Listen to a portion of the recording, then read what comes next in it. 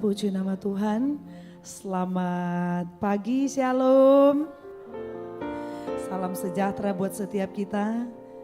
Oleh anugerah Tuhan kembali kita berkumpul bersama-sama di tempat ini, di rumah Tuhan. Dan juga sama Tuhan, Bapak Ibu yang ada di rumah saat ini boleh bersama-sama kembali dalam ibadah onsite. Dan saya percaya bahwa kuasa Tuhan tidak pernah terbatas untuk melawat setiap kita. Lawatan Tuhan ada di tempat ini, bahkan lawatan Tuhan juga ada di setiap rumah di tempat kita masing-masing. Katakan amin. Boleh tepuk tangan yang meriah buat Tuhan kita Yesus Kristus. Puji nama Tuhan. Baik, saudara kita semua untuk bangkit berdiri. Kita tundukkan kepala, kita berdoa. Bapa, kami bersyukur Tuhan oleh anugerah-Mu, oleh kasih-Mu Tuhan. Kami boleh ada kembali Tuhan bersama-sama bertemu di dalam keluarga Tuhan. Setiap kami di tempat ini, kami percaya Tuhan Yesus, Engkau menyatukan kami dengan kasih-Mu. Kami yakin dan percaya Tuhan bahwa kuasa-Mu akan terus bekerja di tengah-tengah ibadah kami pada pagi hari ini. Kuasa-Mu melawat setiap kami. Kuasa-Mu bekerja di setiap kami Bapa. Kami yakin dan percaya setiap kami yang lemah dikuatkan. Setiap kami Tuhan yang berbeban berat apapun pergumulan kami. Kami yakin ada kemenangan, ada jalan keluar. Oleh karena lawatan-Mu di dalam setiap kami Bapa. Kami serahkan semua ke dalam tangan-Mu Tuhan. Biarlah Tuhan hadirat-Mu terus bekerja di tengah-tengah kami. Perkara-perkara yang dahsyat terjadi atas kami. Perkara-perkara yang luar biasa, ada kemenangan. Karena Engkau Tuhan hadir bersama-sama dengan kami. Terpujilah nama-Mu. Terpujilah Engkau Yesus Tuhan, Raja di atas segala raja. Dari awal sampai selesainya ibadah-Mu. Engkau Tuhan melawat dan memberkati kami. Di dalam nama Tuhan Yesus Kristus. Setiap kita yang percaya, bersama-sama kita katakan amin. Haleluya. Beri kemuliaan buat Tuhan kita Yesus Kristus. Berikan tepuk tangan yang meriah bagi Allah kita. Bagi Dia Yesus, Dia Tuhan Raja di atas segala raja. We thank you Lord Jesus. Saya persilahkan duduk kembali. Glory to Jesus. Terima kasih Tuhan. Terima kasih Bapa. Kami sudah ada di bulan yang terakhir Tuhan, di tahun 2022 ini. Terima kasih Tuhan Yesus. Kau Allah yang menyertai kami. Kau Allah Immanuel bagi kami Tuhan. Kami bersyukur Tuhan. Karena kami punya Tuhan yang luar biasa. Immanuel yang menyertai kami sampai saat ini. We thank you Jesus. Thank you Lord. My Jesus. My Savior, Lord, there is none like you. All of my days, I want to praise the wonders of your mighty love. My comfort, my shelter, tower of refuge and strength. Let every breath, all that I am, never cease to worship you. Song to the Lord, all the earth, let I sing. Power and majesty, praise to the King. My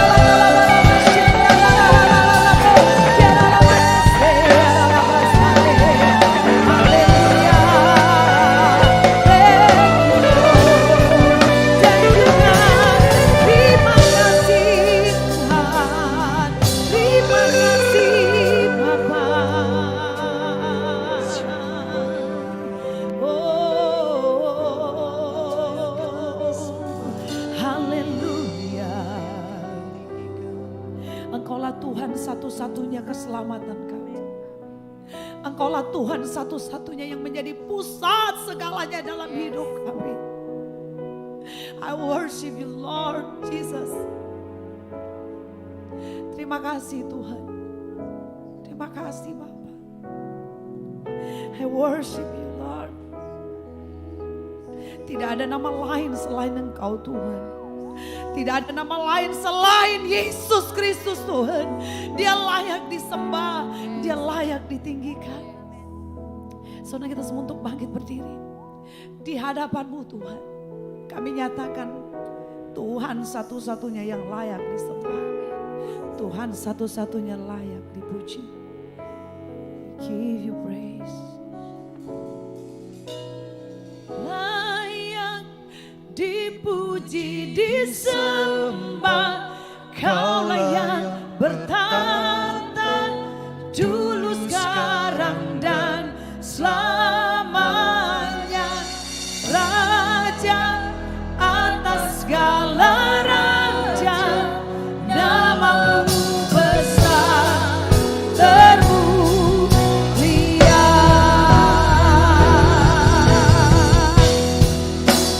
Dipuji, disembah, Kaulah yang bertata dulu, sekarang dan selamanya. Raja atas segala raja, nama-Mu besar termulia. Mari jemaat saja layak dipuji, layak dipuji, disembah. Dia layak, amin. Selama-lamanya Yesus Raja atas segalanya. Nama-Mu besar, amin, termulia. Sorak kemuliaan bagi Dia Yesus yang layak. Thank you Jesus. Layak dipuji, disembah. Kaulah yang bertata dulu, sekarang dan selamanya. Raja atas segala raja, nama-Mu besar termulia. Nama-Mu besar termulia. Nama-Mu besar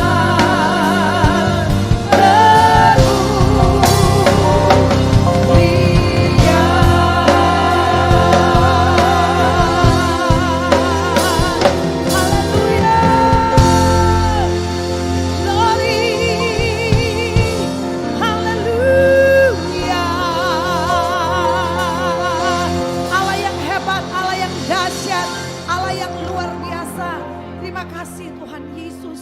Terima kasih Bapa. Dan kami akan terus memuji Engkau. Kami akan terus meninggikan Engkau. Mengagungkan Engkau, Raja di atas segala raja. Umat Tuhan, umat penyembah-penyembah Tuhan. Bersama-sama kita katakan amin. Haleluya. Mari umat Tuhan yang bersyukur. Kebaikan kasih Tuhan tidak berkesudahan.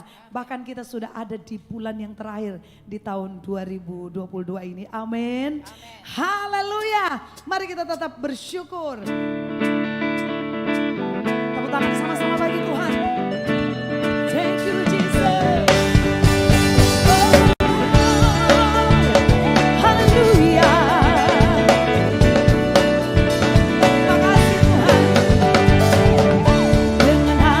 Bersyukur masuk di hadirat-Mu, membawa pujian bagimu Yesus.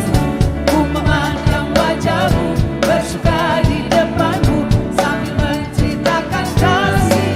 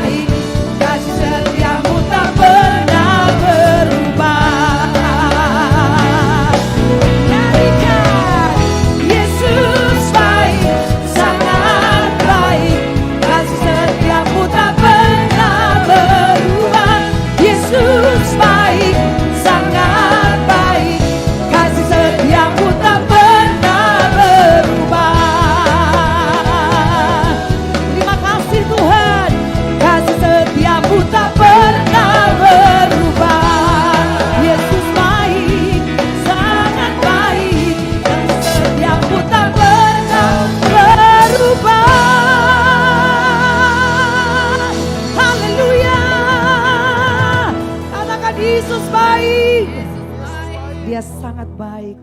Dia sangat mengasihi kita. Amin. Karena dia satu-satunya yang lahir bagi saudara dan saya. Bahkan dia mati dan bangkit bagi setiap kita. Katakan amin dan tepuk tangan yang meriah buat Tuhan. Haleluya. Dia lahir untuk kami. Dia mati untuk kami. Dia bangkit bagi kami semua. Dia Yesus Tuhan kami. Dia Yesus Allah kami. Dia Raja di atas segala. Sekali lagi dari awal. Dia lahir. Dia lahir untuk kami. Dia mati untuk kami. Dia bangkit bagi kami semua. Dia Yesus Tuhan kami. Dia Yesus Allah kami. Dia Raja di atas segala raja. Dia itu firman Allah yang turun ke bumi, menjadi sama dengan manusia. Dia Yesus sobat kami. Dia Yesus Allah kami. Sang penebus juru selamat. Mari cepat saja nyanyikan dia lahir. Dia. Amin.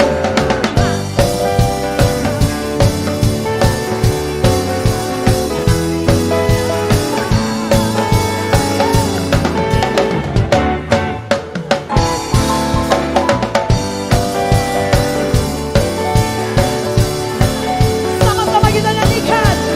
Yaitu firman-Nya, yaitu firman Allah yang turun ke bumi, menjadi sama dengan manusia.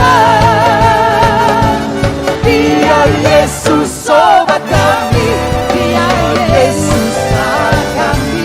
Sang penebus juru selamat dunia. Sang penebus juru selamat dunia. Katakan, sang penebus juru selamat dunia. Amin. Haleluya. Yesus Tuhan.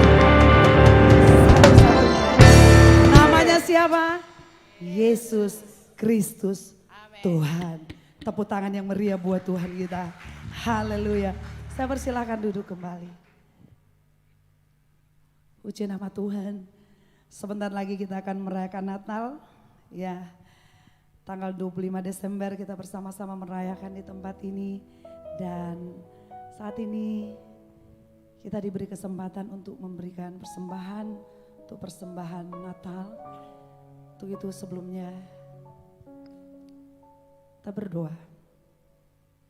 Terima kasih Bapa. Semua yang terbaik Engkau sudah berikan bagi kami.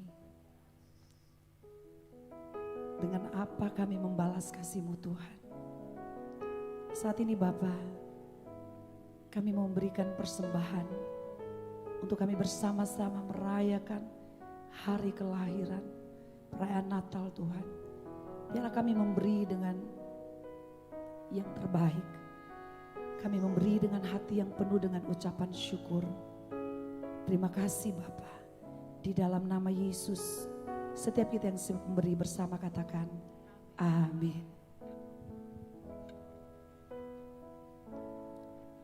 Thank you Jesus. Hallelujah. I worship you Lord Jesus. Ku hidup karena anugerah-Mu. Tiada satu pun dapat ku banggakan, semua karena cinta-Mu. Ini hidupku, pimpin jalanku.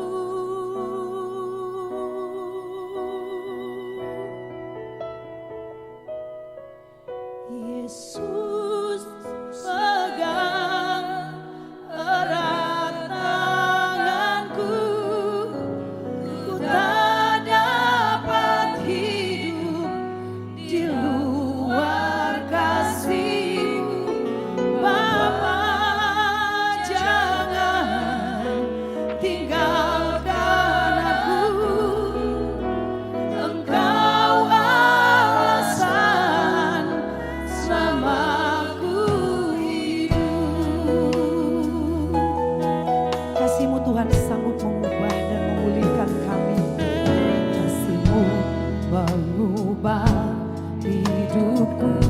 Engkau yang memilih kami Tuhan.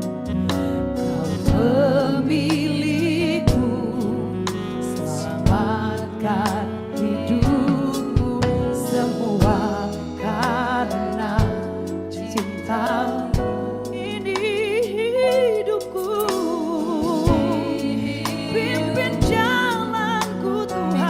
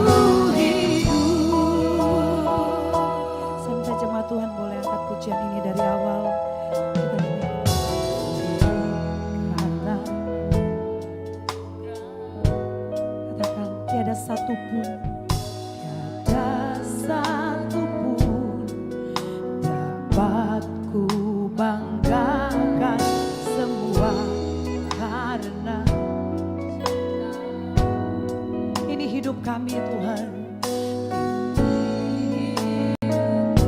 pimpin jalanku. Mari jemaat saja katakan Yesus, Yesus.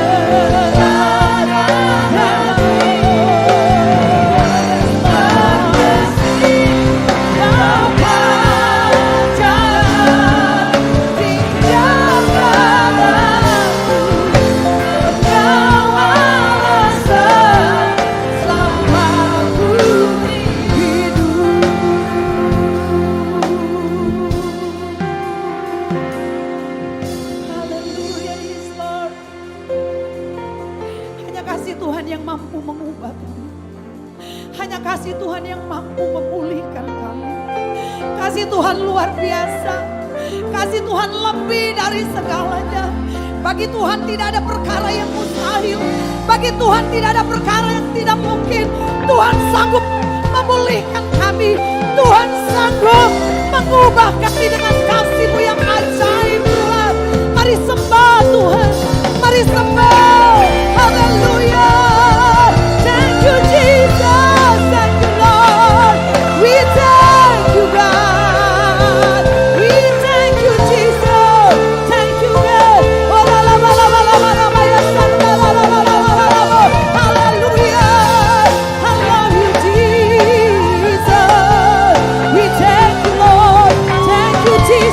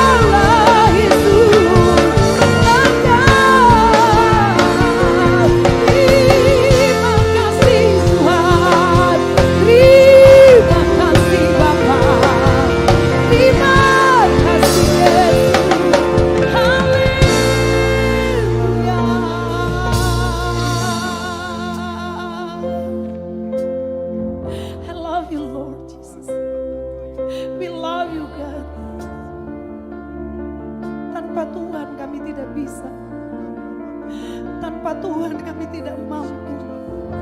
Kami butuh Tuhan. Kami perlu Engkau Tuhan lebih lagi. Kami perlu Engkau lebih. Oh yes Lord, more than anything. I need you more and more. Oh Jesus. Thank you Jesus. Pegang tangan kami Tuhan. Pegang tangan kami Bapa.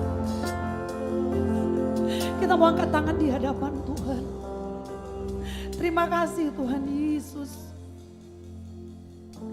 Kami perlu Engkau lebih lagi. Kami berseru memanggil Yesus, pegang tanganku. Yesus, pegang erat tanganku. Ku tak dapat hidup di luar kasih-Mu, Bapa. Jangan tinggalkan aku. Engkau alasan selamatku. Pegang tangan kami Tuhan Yesus. Pegang erat tanganku. Ku tak dapat hidup di luar kasih-Mu, Bapa. Jangan tinggalkan aku. Engkau alasan selamatku hidup. Yesus Yesus, pegang erat tanganku. Ku tak dapat hidup di luar kasih-Mu, Bapa. Jangan tinggalkan aku. Engkau alasan selamatku hidup. Engkau alasan. Engkau alasan selamatku hidup. Engkau alasan selamatku hidup. Mari kita berikan tepuk tangan yang terbaik bagi Tuhan kita. Katakan sekali lagi, haleluya. Haleluya. Thank you Jesus. Thank you Jesus. Terlalu banyak yang telah Kau kerjakan dalam kehidupan kami Tuhan. Terlalu besar yang telah Kau perbuat sepanjang tahun ini untuk hidup kami semua. Dan tidak ada alasan bagi kami untuk tidak bersyukur atas penyertaan perlindungan-Mu dalam kehidupan kami Tuhan. Tuhan, kami bersyukur untuk hari ini kami bisa berada dalam rumah Tuhan. Semua ini karena anugerah, karena kebaikan Tuhan. Dan itulah sebabnya selalu kami mau katakan dalam hidup kami mau hidup dan tinggal dalam kebaikan dan anugerah Tuhan. Terima kasih untuk kesempatan kami bisa dengar firman-Mu. Firman yang hidup, firman yang kuat, dan firman yang sanggup mengubahkan dan memulihkan hidup kami semua Tuhan. Urapi hamba-Mu, diberkati semua umat-Mu pada siang hari ini juga Tuhan. Di dalam nama Tuhan Yesus Kristus, kami sudah berdoa dan bersyukur untuk semuanya ini. Umat Tuhan yang percaya dan mengasihi Tuhan, mari katakan sama-sama, amin. Boleh kita berikan tepuk tangan yang terbaik bagi Tuhan sebelum kita duduk. Silakan duduk Bapak Ibu Saudara sekalian semua. Selamat pagi jemaat yang dikasihi Tuhan, Shalom. Apa kabar semua? Luar biasa dan dahsyat, luar biasa. Terima kasih Bapak Pendeta Titus Handoyo dan juga Ibu dan semua para pelayan-pelayan Tuhan untuk kesempatan yang diberikan kepada saya untuk bisa berbagi firman Tuhan. Hari ini sebuah kehormatan tentunya. Saudara sekalian, biasanya kita bilang tidak terasa ya kita sudah masuk bulan Desember. Tapi kalau saya bilang sangat terasa kita masuk bulan Desember. Amin saudara. Siapa bilang saudara kita tidak terasa? Karena kita melewati pandemik begini, apalagi kalau ada keluarga yang kena COVID saudara, kita hitung hari saudara, kita hitung minggu. Kapan sih ini bisa lewat daripada COVID? Jadi sangat terasa sekali. Dan Bapak Ibu saya percaya begini saudara, sebenarnya bagi kita tidak ada alasan untuk kita takut. Tidak ada alasan untuk kita khawatir akan akan menyelesaikan tahun 2022 tentu dalam perkenanan Tuhan. Dan kita memasuki tahun 2023 karena yang menyertai kita jauh lebih hebat. Karena yang menyertai kita jauh lebih dahsyat, yaitu Tuhan kita Yesus Kristus. Boleh kita berikan tepuk tangan yang terbaik bagi Tuhan kita. Terlalu banyak, terlalu besar yang Tuhan sudah kerjakan sepanjang tahun ini untuk hidup kita semua. Saudara, kalau saudara hitung-hitung, saudara pikir, iya terlalu hebat Tuhan. Perlindungan, penyertaan Tuhan. Buktinya saudara bisa ada hari ini di rumah Tuhan. Saya melihat semua karena kebaikan Tuhan. Boleh kita berikan tepuk tangan bagi Tuhan sekali lagi. Hari ini saya ingin berbagi firman Tuhan dengan judul To See Differently, melihat dengan berbeda, saudara sekalian. Saya mengamati melihat ada beberapa orang dalam hidup ini, kalau melihat kehidupan, beberapa orang bisa berterima kasih, bisa bersyukur akan kehidupan. Saudara. Tetapi ada orang yang saya mengamati, saya melihat ada orang-orang yang begitu susah sekali bersyukur akan kehidupan. Mereka lebih sering mengeluh, mereka ya susah, payah hidup ini. Dan mereka hanya mengeluh dan mengkritik dalam kehidupan ini, saudara sekalian. Saya percaya ini semua karena mereka punya cara pandang yang melihat kehidupan ini berbeda, saudara. Dan hari ini saya ingin berbagi. Nah, ada satu peristiwa yang bagus sekali di Alkitab yang saya coba berbagi, yaitu seorang hamba Tuhan yang luar biasa namanya Nehemia. Nah, kita ingin lihat sama-sama apa yang dikerjakan oleh Nehemia. Nehemia pasal 8 ayat 10 sampai 13 menyatakan demikian, saudara sekalian. Lalu Nehemia, yakni kepala daerah itu dan Imam Esra, ahli kitab itu dan orang-orang Lewi yang mengajar orang-orang itu berkata kepada mereka semuanya, hari ini adalah kudus bagi Tuhan Allahmu. Jangan kamu berduka cita dan menangis. Karena semua orang itu menangis ketika mendengar kalimat-kalimat Taurat itu. Lalu berkatalah ia kepada mereka, pergilah kamu, makanlah sedap-sedapan dan minumlah minuman manis. Dan kirimlah sebagian kepada mereka yang tidak sedia apa-apa. Karena hari ini adalah kudus bagi Tuhan kita. Jangan kamu bersusah hati. Sebab sukacita karena Tuhan itulah perlindunganmu. Juga orang-orang Lewi menyuruh semua orang itu supaya diam dengan kata-kata tenanglah. Hari ini adalah kudus. Jangan kamu bersusah hati.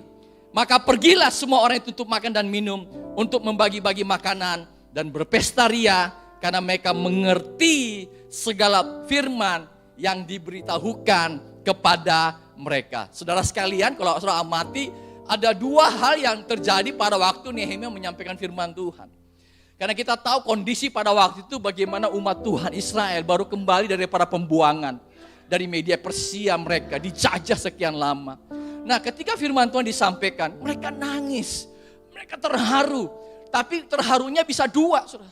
Karena penderitaan yang mereka alami begitu luar biasa sekali, saudara sekalian. Tapi mereka juga terharu karena dengar firman Tuhan begitu lama sekali. Mereka tidak pernah dengar firman Tuhan. Begitu dengar Taurat Tuhan. Dan Nehemia bilang, bro, lu jangan nangis. Pergi, pulang, makan sedap-sedapan. Ya, pesta. Artinya Nehemia mengajar umat Tuhan, jangan nangis saja. Tapi Nehemia sedang mengajarkan umat Tuhan pada waktu itu untuk melihat dengan berbeda. Saya percaya juga Tuhan sedang mengajar kita semua to see differently. Masalah, tantangan, persoalan pasti kita punya alami semua lah, saudara. Ada amin. Pergumulan kita pasti berbeda-beda semua, saudara.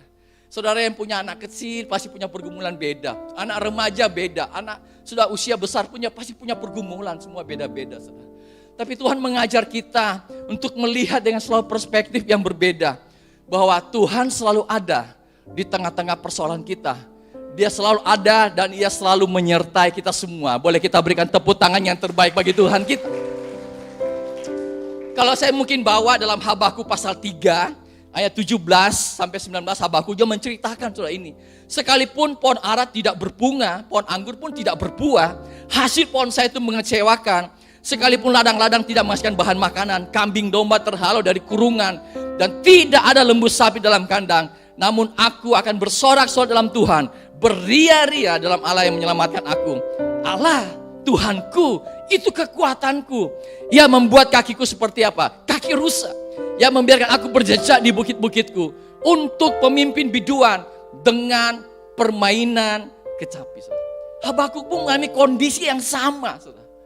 Mungkin kalau saya bisa bawa dalam kondisi sekarang, saudara sekalian, next slide. Mungkin begini, meskipun Anda diberhentikan dari pekerjaan Anda. Ya, next slide. Meskipun perusahaan tempat Anda bekerja tutup, saudara. Meskipun usaha lagi mengalami masa-masa sulit. Semua pasti pernah mengalami, saudara. Apalagi pandemik 2020. Waduh, itu berat sekali, saudara sekalian. Ya, banyak perusahaan-perusahaan yang kolaps. Meskipun Anda lagi mengalami sakit. Hari ini pun juga mungkin yang datang lagi persoalan, pergumulan tertentu. Ya, divonis dokter dan itu mengagetkan Anda semua. Ya, kami pun juga demikian. Mama kami 84 tahun kena COVID, saudara. COVID-nya kena di Ambon lagi, saudara. Waktu kami bawa mama pergi jalan-jalan di Ambon. COVID, saudara. Padahal di Makassar 2 tahun setengah enggak pernah COVID. Justru di Ambon COVID. Waduh, ada lagi pneumonia. Sedih rasanya. Ya, kami berdoa, dokter tangani. Puji Tuhan bisa lewati. Pulang Makassar. Mau endoskopi untuk pemeriksaan. Kena COVID lagi, saudara. Wah, luar biasa. Tetapi saudara sekalian, ya kita harus tegar, tetap kuat. Ataupun mungkin saudara begini, meskipun hubungan Anda lagi mengalami persoalan. Meskipun tunangan beralih ke lain hati. Firman Tuhan bilang begini, namun aku akan tetap bersuka cita. Tuhan itulah kekuatanku. Ini yang Tuhan sedang ngajar kita, saudara. Kita belajar melihat sesuatu yang berbeda. Masalah kita, Tuhan bisa ubahkan menjadi berkat yang besar dalam kehidupan ini. Boleh kita berikan tepuk tangan yang terbaik bagi Tuhan kita. Saya satu kali baca biografi daripada Walt Disney. Next slide. Satu kali waktu Walt Disney beli tanah di tengah gurun, saudara, di Anaheim situ. Orang bilang, bro, lu gila. Masa beli tanah begitu jauh? Siapa yang mau ke sana? Bodoh banget kamu. Walt Disney bilang, enggak apa-apa bro. Setelah tahu, akhirnya Walt Disney membangun impiannya, membangun sebuah taman bermain untuk dunia. Semua keluarga bisa berkumpul di sana. Waktu pertama kali diresmikan, saudara, orang semua datang dari penjuru dunia. Sekarang kan Disneyland kan hampir banyak ya, di Eropa ada, di China ada, di Tokyo ada, ya ada beberapa di ini sudah ada semua. Tapi waktu itu semua orang benar-benar pergi ke Disneyland. Kenapa?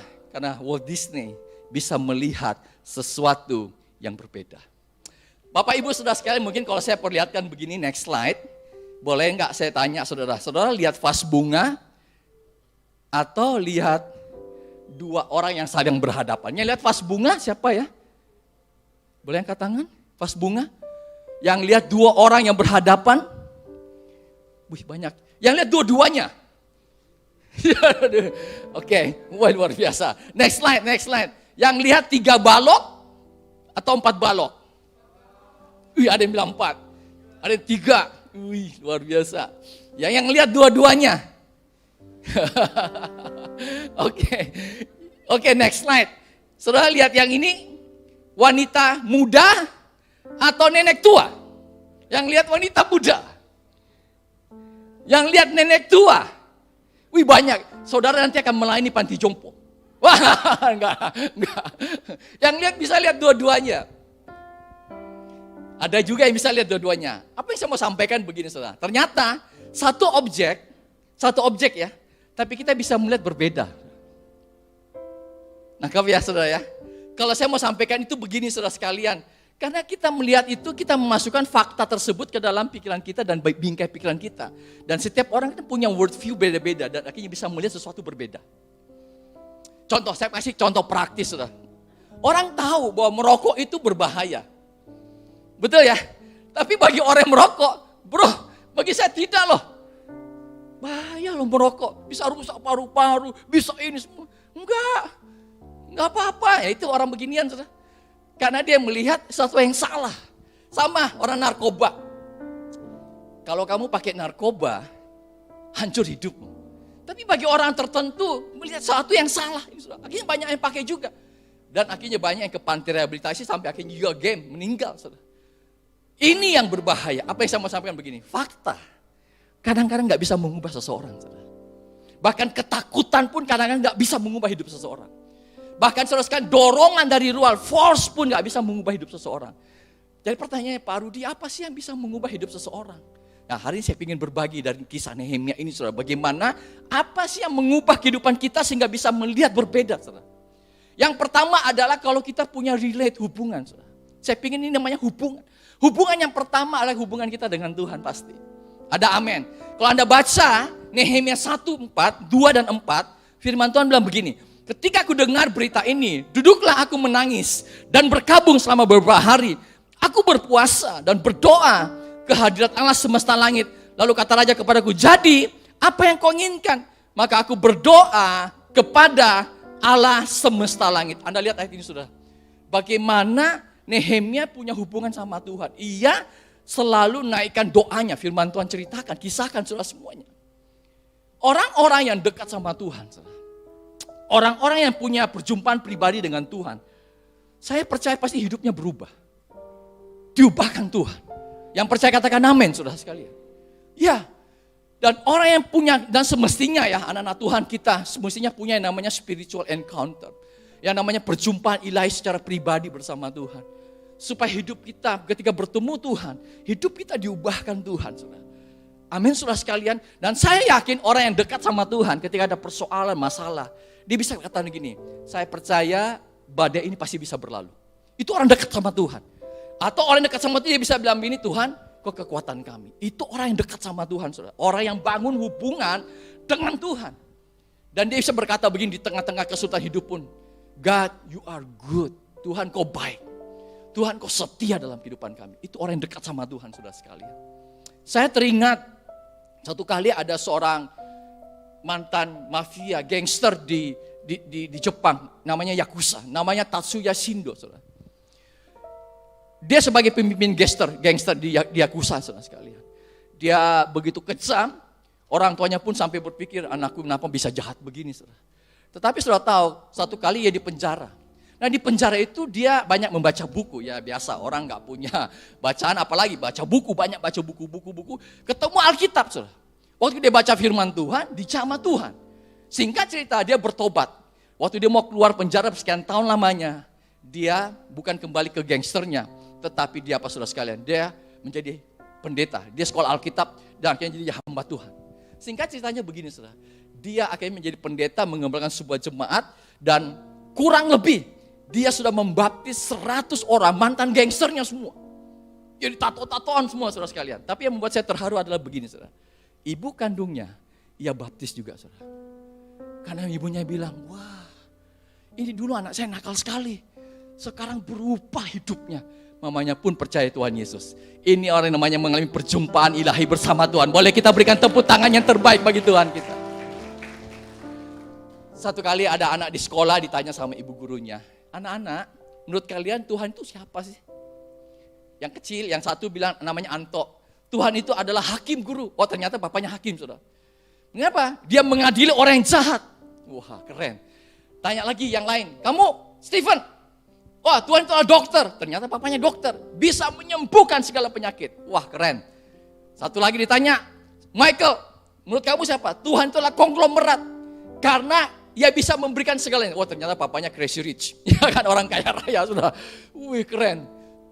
Satu orang anak duduk di belakang sekali. Namanya Sarjo. Dengan suara yang lemah dia katakan, Tuhan itu adalah seorang pemulung. Loh kok pemulung? Ya karena dia mengambil barang yang tidak berguna, kemudian membersihkannya, mengumpulkannya, dan menjadikan barang yang berharga. Bukankah itu Tuhan kita, saudara sekalian? Kita ini semua hidup dalam dosa kok. Semua pernah hidup dalam lumpur dosa. Tapi Tuhan sudah menebus. Kita sudah merayakan Natal. Dia datang untuk menebus hidup kita semua. Boleh kita berikan tepuk tangan yang terbaik bagi Tuhan kita. Tidak ada orang jahat yang tidak punya masa depan. Tidak ada orang baik yang tidak punya masa lalu, saudara. Ada amin, saudara. Ada amin. Semua kita punya kesempatan yang sama untuk diubahkan oleh Tuhan kita, Yesus Kristus. Ini yang pertama. Hubungan kita dengan Tuhan yang bisa mengubah hidup seseorang. Tapi yang kedua saya melihat hubungan yang siapa? Hubungan yang sesama. Dan ini penting. Pergaulan itu saya kalau lihat ibarat lift. Next slide. Ya. Bisa mengangkat Anda, tapi bisa juga menjurunkan dan menjatuhkan hidup Anda. Kalau Anda pelajari Nehemia pasal 3, orang-orang yang membantu dia dalam pembangunan bait tembok Yerusalem itu, Anda tahu sudah, tembok itu bisa dibangun oleh Nehemia hanya dalam waktu 52 hari. Amazing, luar biasa sekali. Ternyata saya baca Nehemia pasal 3, semua yang itu dia panggil teman-temannya, bro, lu bantu gua dong, bikin ini ya. Kamu juga kamu juga bantu ya. Jadi dia bisa bangun hubungan sama sesamanya. Jadi saya pelajari saudara sekalian, Nehemia bukan cuma bangun hubungan dengan Tuhan, tapi relate-nya, hubungannya dengan sesamanya bagus banget. Ada orang yang salah selama ini saya melihat. Yang penting hubungan saya dengan Tuhan bagus. Tapi hubungannya dengan keluarganya hancur loh. Nggak bagus, nggak bisa. Nggak bisa. Tuhan yang tidak kelihatan saja. Bagaimana kau bilang bagus, tapi ke sesamamu yang kelihatan nggak bagus. Nggak mungkin, saudara. Bagi saya it is impossible. Amin, saudara. Yang dinyata ini harus kita jelas. Lihat. Saya nggak peduli dengan orang. Nggak bisa. Kita harus bisa membangun hubungan dengan sesama kita.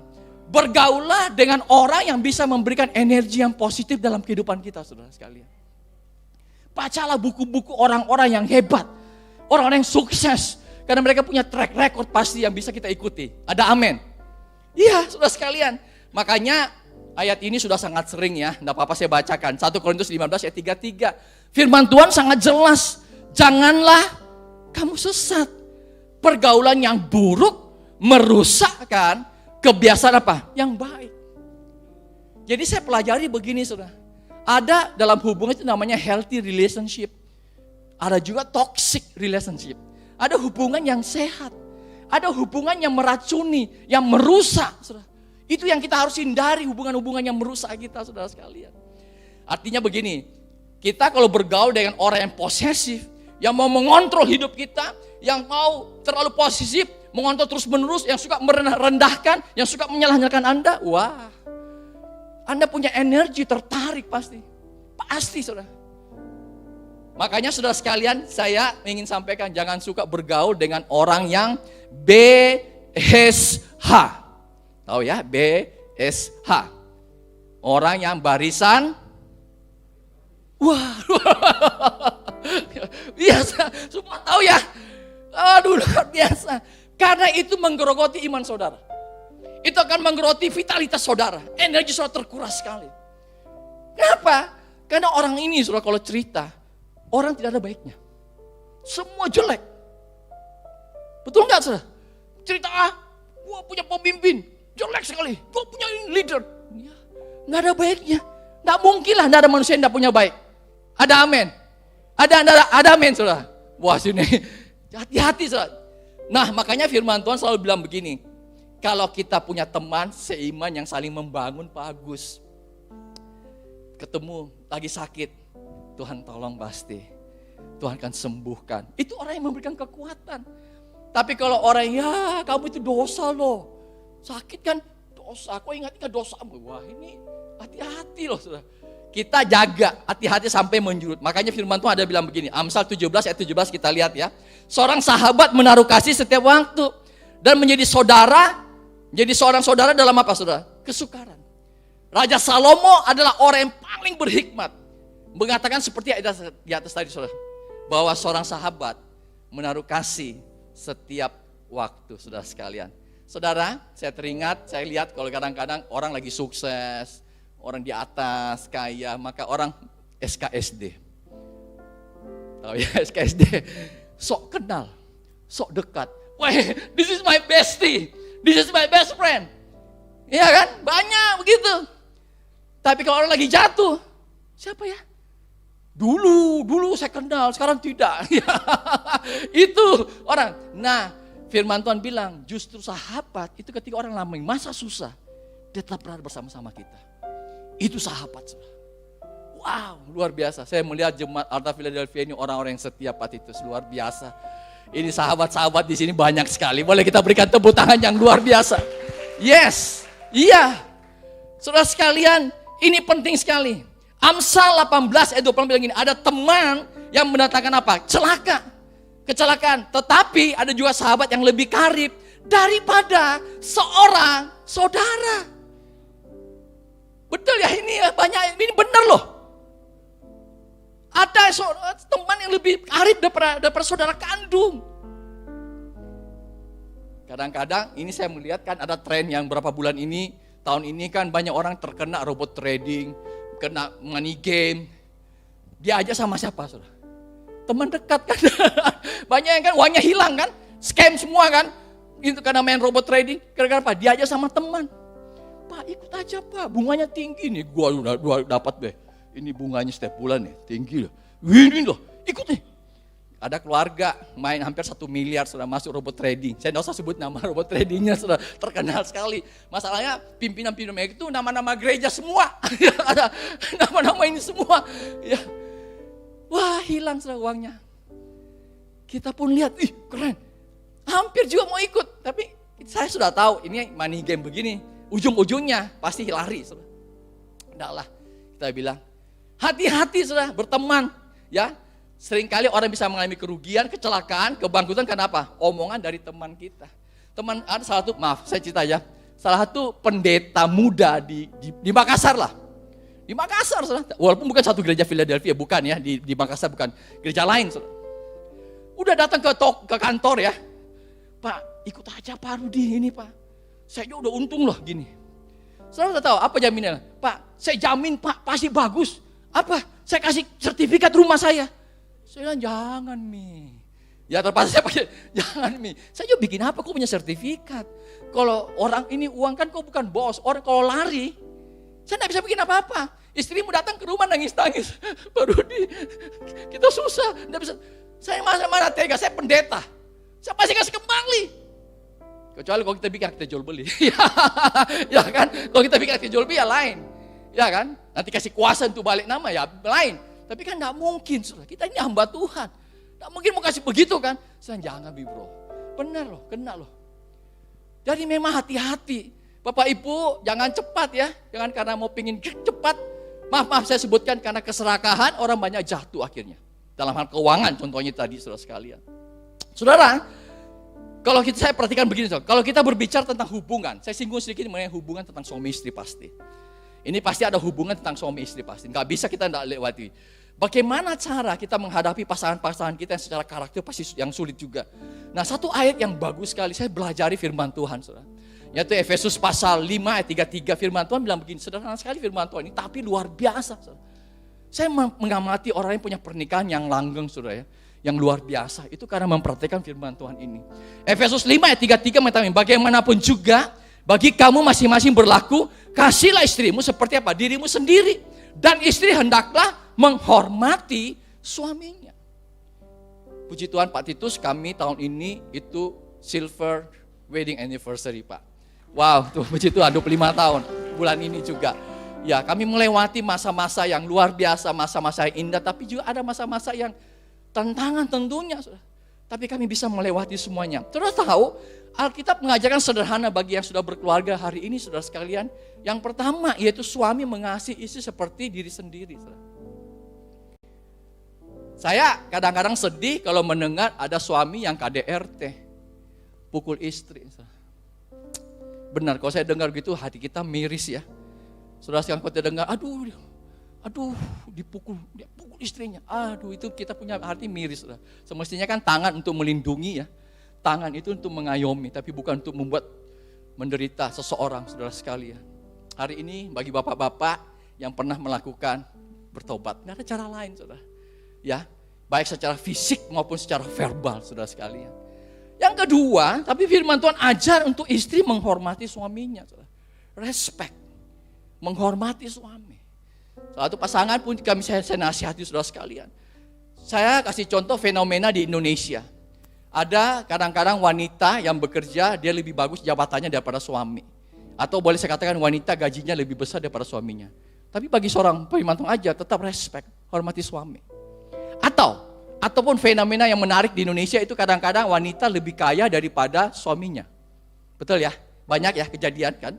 Ya, ini fakta. Tetap firman Tuhan ajar, wanita, istri, tetap respect your husband. Hormat suami, saudara. Walaupun secara finansial seseorang lebih kuat, istri lebih kuat saudara sekalian. Tetap harus respect kepada suami. Itu penting sekali saudara sekalian. Ini yang pertama saudara. Yang kedua, apa yang mengubah kehidupan kita sehingga bisa melihat berbeda, yaitu kalau terjadinya repetition atau pengulangan dalam kehidupan saudara. Kalau kita baca Nehemia pasal 1 ayat 6, firman Tuhan bilang begini, berilah telingamu dan bukalah matamu dan dengarkanlah doa hambamu yang sekarang kupanjatkan kehadiratmu siang dan malam. bagi orang Israel. Hamba-hambamu itu dengan mengaku segala dosa yang kami orang Israel lakukan terhadapmu, juga aku dan kaum keluargaku telah berbuat dosa. Perhatikan ini ayatnya luar biasa. Nehemia naikkan doanya siang dan malam. Besoknya siang dan malam. Ini bicara tentang pengulangan, saudara. Repetition. Kalau Anda baca Ulangan 6 ayat 7, firman Tuhan bilang begini, haruslah engkau mengajarkannya berulang-ulang kepada anak-anakmu dan membicarakannya apabila engkau duduk di rumahmu, apabila engkau sedang dalam perjalanan, apabila engkau berbaring, dan apabila engkau bangun. Saudara. Ayat ini berbicara tentang bagaimana orang tua memberikan pola asuh yang benar terhadap anak-anaknya, saudara sekalian. Ada orang tua yang hadir tapi nggak berfungsi. Dan kita kalau bisa buka data-data banyak sekali bagaimana anak-anak yang hancur karena tanpa kehadiran orang tua. Nah, hari ini saya mau kasih sedikit tips untuk kita semua orang tua tentunya. Yang punya anak pun juga, saya pun juga, ada 3 orang yang dipercayakan Tuhan. Bagaimana orang tua berperan yang bagus, berfungsi dengan benar. Next slide, ya, secara singkat, orang tua harus bisa menyediakan waktu untuk anak-anak mereka. Time. Bagi mereka, next slide, bahwa bagi mereka kata cinta itu adalah time, waktu. Setuju nggak? Iya. Bagi mereka kata cinta itu your time, waktu Anda. Makanya kalau kita perhatikan bahwa ada kadang-kadang orang tua yang terlalu sibuk, suster yang jaga, suster pulang, anaknya nangis. Kehilangan sekali. Karena bagi mereka, dia tahu bahwa ini yang sayang saya, karena waktunya terlalu banyak untuk dia. Anak-anak kecil kan, gitu. Love is your time. Tapi yang penting adalah relasi bisa terjadi karena ada interaksi, ada hubungan. Dan interaksi itu namanya butuh time, waktu pasti. Makanya kalau ditanya, Pak Rudi, kalau begitu kita punya quantity time atau quality time? Dua-dua kalau menurut saya. Saya ngajar para murid-murid saya di mahasiswa saya juga. Punya waktu, quantity time, kuantitas waktu dan kualitas waktu. Saudara. Ada orang yang punya kuantitas waktu banyak, tapi tidak punya kualitas. Tidak ada guna juga. Saudara. Tapi dua-dua harus berjalan, diusahakan. Yang kedua, bagaimana orang tua berperan memiliki wibawa ayah dan ibu, saudara sekalian. Jadi orang tua harus punya wibawa. Bagaimana dia mendisiplin dengan benar, tegas dalam prinsip, dan bertanggung jawab tentunya, saudara sekalian. Bagi orang-orang tua hal ini sudah penting sekali. Yang berikutnya yang terakhir adalah memberikan keteladanan. Karena anak-anak pasti itu anak itu suka film, saudara. Dan kita ini seperti ibarat film yang berjalan. Mereka adalah good imitator, peniru yang hebat. Kita tahu semua, saudara. Tapi kita harusnya memberi teladan. Pertama teladan apa? Cinta Tuhan, takut akan Tuhan. Bawa ke rumah Tuhan, kenal Tuhan. Makanya next slide saudara sekalian, Yosua 1 bilang selalu berulang-ulang. Kalau Anda baca ada kalimat yang diulang sampai 3 kali untuk Yosua. Ketika dia akan masuki menyeberangi surga. Ya, kuatkan dan teguhkan hatimu. 3 kali diulang. Saya mendapati sebuah kalimat yang bagus yang mengatakan begini. Ibu dari sebuah keterampilan adalah repetition, pengulangan. Repetition is the mother of skill. Saudara, ada satu buku yang berjudul Outlier, nanti saudara bisa coba ini, namanya Malcolm Gladwell. Dia pernah menyatakan begini, seseorang semakin ahli kalau dia melakukan pengulangan selama 10.000 jam. Wah, keren ya.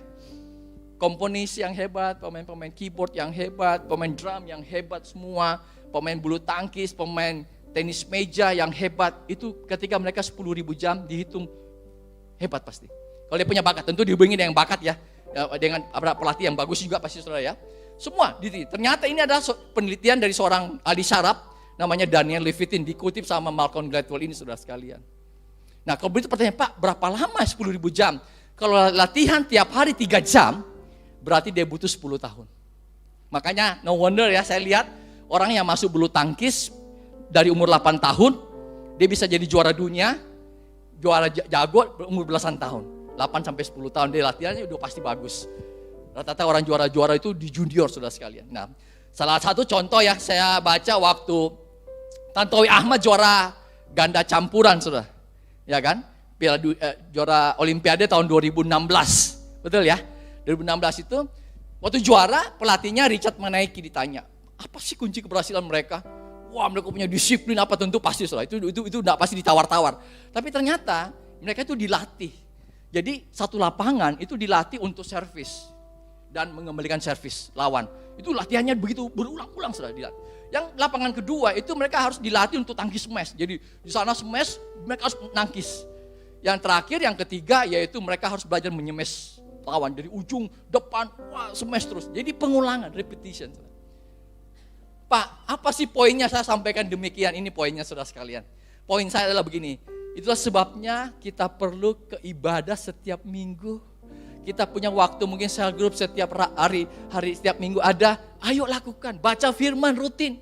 Terus berulang-ulang dalam kehidupan kita.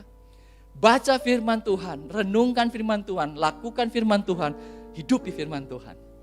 Ada amin. Ada amin saudara sekalian. Ini yang kedua, yang terakhir saudara.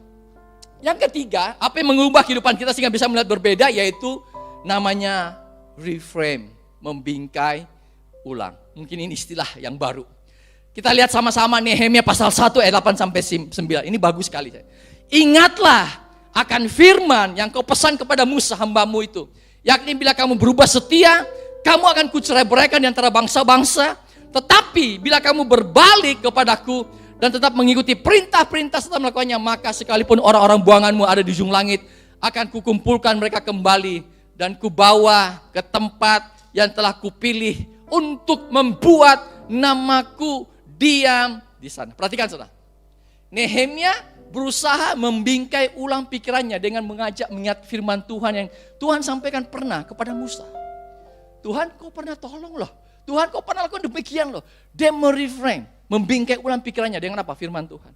Saya boleh katakan begini, apa sih itu Pak reframe, membingkai ulang? Next slide, ini definisinya saudara.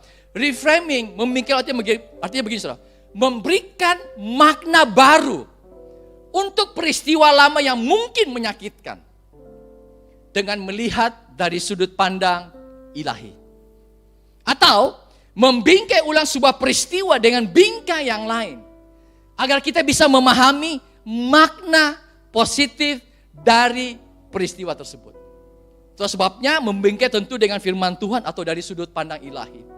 Makanya ada satu ayat yang luar biasa, powerful sekali ayat ini. Efesus 4 ayat 23, next slide kita lihat. Supaya kamu dibaharui di dalam roh, tapi di mana juga saudara? Di pikiran. Tuhan ngajar untuk kita bisa mereframe, membingkai ulang pikiran-pikiran kita, saudara sekalian, supaya kita siap tahu, melihat, memberikan makna positif terhadap semua peristiwa, atau memberikan makna ilahi terhadap peristiwa tersebut, saudara sekalian. Saya kasih contoh sederhana, contoh begini. Bagaimana kita punya otak bisa gampang sekali mereframe, membingkai ulang.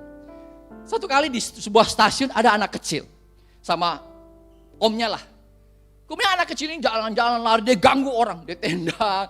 Wah, orang bilang, Pak, tolong dong dilihat anaknya. Oh, minta maaf Pak, minta maaf. Anak ini tidak sengaja. Ya. Terus anak ini sebentar duduk, bentar dia jalan lagi, dia tendang lagi, dia ganggu lagi. Anak masih umur 9 tahunan. Kemudian bapak ini, Pak tolong dong. Bapak lihat dong anak ini, masa bapak dia ganggu-ganggu dari tadi. Marah orang ini kan saudara. Oh, minta maaf, didatangi, minta maaf Pak. Sebenarnya anak ini tidak jahat. Anak ini anak yang baik sekali.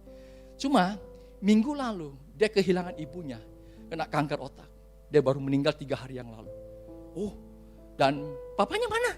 Papanya sudah meninggal sejak dia ada dalam kandungan. Dalam waktu sekejap, pria yang tadi marah-marah bisa mereframe, membingkai ulang pikirannya. Dari yang marah-marah langsung tiba-tiba, kasihan ya, berubah. Mereframe demikian saudara. Makanya saudara sekalian Yosua bilang, ya kalau Anda baca, katakan firman Tuhan tadi, janganlah kau lupa mengerti kitab Taurat ini, tapi renungkan itu siang dan malam. Supaya engkau bertindak hati sesuai dengan segala yang terjadi di dalamnya. Sebab dengan demikian perjalananmu akan berhasil dan engkau apa? Akan beruntung. Kalau ada masalah, persoalan dalam hidup kita, lihat next slide, Roma 8 ayat 28 seperti firman Tuhan bilang. Kita tahu sekarang bahwa Allah turut bekerja dalam segala sesuatu untuk melakukan kebaikan bagi mereka yang mengasihi Dia. Yaitu bagi mereka yang terpanggil sesuai dengan rencana Allah. Kalaupun ada sesuatu yang tidak menyenangkan dalam hidup kita, tapi Anda bisa katakan, Tuhan kau turut bekerja sama dalam sesuatu untuk melakukan kebaikan dalam hidup saya Tuhan. Saya kasih contoh yang lain begini saudara. Kalau orang bilang, Anda orang gagal, kita bisa mereframe, membingkai ulang. Enggak, saya enggak gagal. Saya dalam proses menuju kepada keberhasilan. Itu mereframe. Atau orang bilang gini, dunia kalau Kalau kita dijahati, kita bisa bilang balas dengan kejahatan.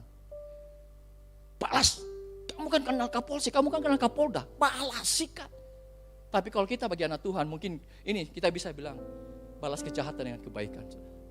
Ada amin, itu mereframe. Atau saya nggak suka sama bos saya, malam-malam minta tolong kerjakan PowerPoint-nya apa semua. Saya udah capek. Kenapa Anda ada mereframe, membingkai ulang pikiran saudara? Kalau saya ditelepon bos, berarti saya dipercaya bos. Saya berarti punya kesempatan untuk bisa dapat promosi. Itu orang yang membingkai ulang pikirannya saudara sekalian. Saudara, satu kali ada seorang suami, next slide. Dia menulis biografi tahun ini tahun kesulitan. Kita kan manggil tahun 2022. Suami ini tulis, ini tahun kesulitan. Dia bilang, tahun ini saya harus operasi empat empedu. Terbaring cukup lama di rumah sakit. Sial, ya kira-kira gitu saudara. Dia tulis lagi, usia 60 tahun saya harus pensiun keluar dari pekerjaan. Saya nggak punya penghasilan lagi, susah lagi gini semua. Papa meninggal lagi. Ini tahun penuh kesulitan.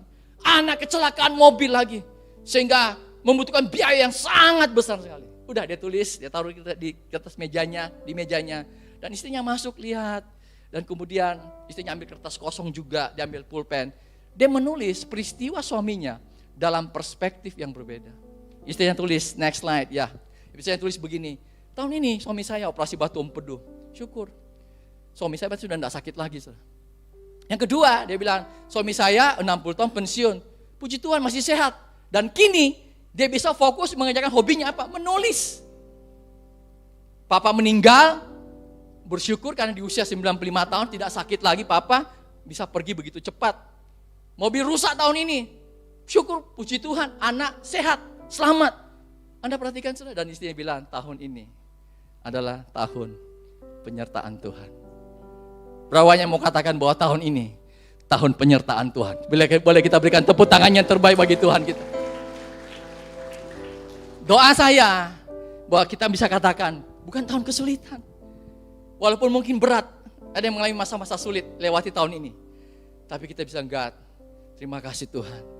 Tahun ini sungguh tahun berkat-Mu begitu banyak, begitu luar biasa untuk kehidupan kami semua.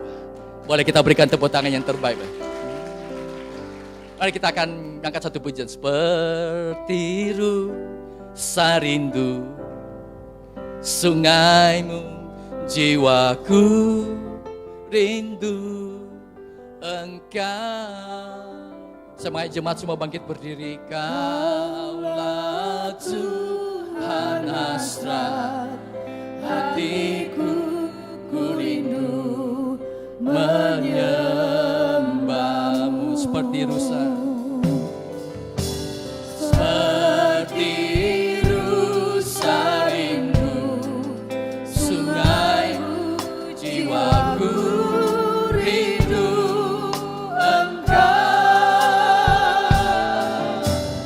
Kaulah Tuhan hasrat hatiku, ku rindu menyembahmu. Mari angkat tangan mengatakan, Engkau kekuatan kami Tuhan. Engkau kekuatan dan perisaiku. Kepadamu Tuhan, rohku berserah.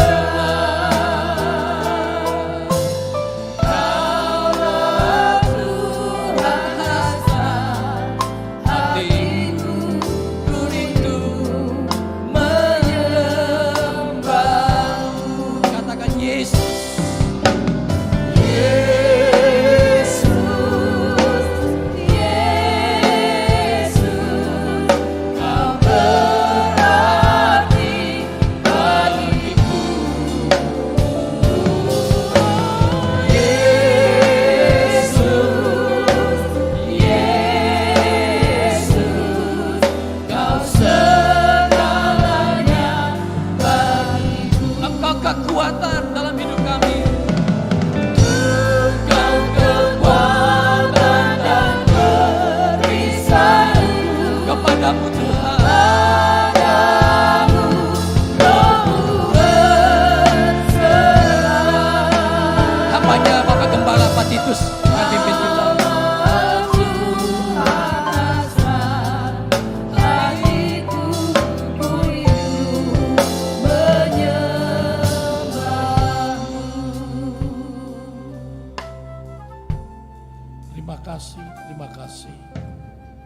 kebesaran firman-Mu yang kami terima dan kami sangat-sangat diberkati.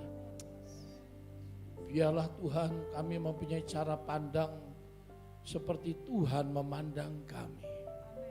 Kami harus memakai kacamata Kristus yang penuh dengan kasih, penuh dengan anugerah, penuh dengan kemurahan. Tuhan, ampuni kami kalau dalam hidup ini seringkali kami tidak pernah atau tidak bisa berterima kasih. Padahal kami harus mengucap syukur dalam segala hal. Karena itulah yang Tuhan kehendaki, supaya kalaupun kami sedang mengalami ujian-ujian yang berat, tapi bersama Yesus kami pasti cakap menanggungnya. Dan Engkaulah jalan keluar dalam seluruh keberadaan hidup kami. Cara pandang yang tidak benar, yang negatif thinking, yang selalu menyalahkan orang lain dan membenarkan diri sendiri, ampuni kami. Biarlah mulai hari ini kami hendak memasuki tahun yang baru 23 nanti, kami punya cara pandang yang berbeda, supaya hidup kami juga berbeda, hidup kami juga berubah seturut kehendak. Berkati hamba-Mu yang telah menyampaikan firman Allah. Meteraikan seluruh kebenaran firman-Mu di dalam nama Tuhan Yesus. Terima kasih, terima kasih. Kami terima berkat-Mu secara utuh di dalam nama Tuhan Yesus Kristus. Semua kita diberkati, katakan sama-sama. Amin. Sekali lagi beri tepuk tangan yang meriah. Silakan sudah duduk. Shalom. Suara masih belum bagus, pasti bagus ya. Haleluya. Terima kasih buat hambanya yang telah menjadi berkat bagi kita siang hari ini. Saudara, hari ini kita akan terima double porsi, double berkat. Amin. Saya mengundang hambanya Pak